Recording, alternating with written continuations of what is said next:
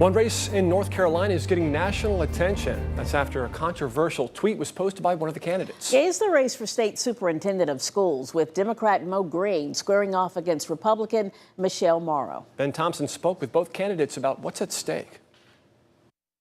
All right, folks, by all accounts, this is a big job. The superintendent of public instruction oversees 1.5 million students, 2,500 schools, and a budget of $13 billion.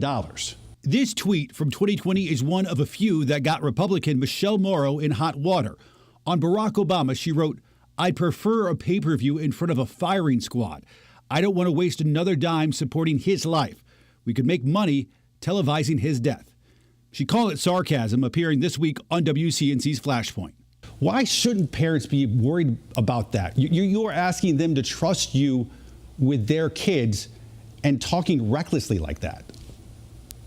Well, let me share with you what people are really concerned about. The serious voters of North Carolina, they are concerned about the fact that our current school system was hiding from parents the fact that children wanted to change their gender and be called different pronouns. Morrow is a nurse, conservative activist, and homeschool teacher. Her priorities, making public schools safer and higher performing. And she says she plans to take politics out of the classroom despite her own social media activity. Of course, I am discussing where I stand on political issues. But does that mean that I am going to be forcing that into the classrooms? Absolutely not. She supports the expansion of school vouchers passed this week in Raleigh, using taxpayer money to pay for even wealthy families to go to private or charter schools. Democrat Mo Green says that money should go to public schools. Public schools would do better if the resources were provided to public schools. We find ourselves in North Carolina in 48th position compared to the rest of the nation with regards to funding. Green is a former CMS administrator and superintendent of Guilford County Schools. As a Democrat, he faces an uphill battle if elected.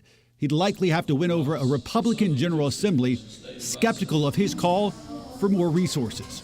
The way that I operate is to spend time with folks, listen to what their concerns are, try to bring people along on particular issues, and then put together a plan that everyone can buy into. All right, now it's important to say there is some agreement between these two.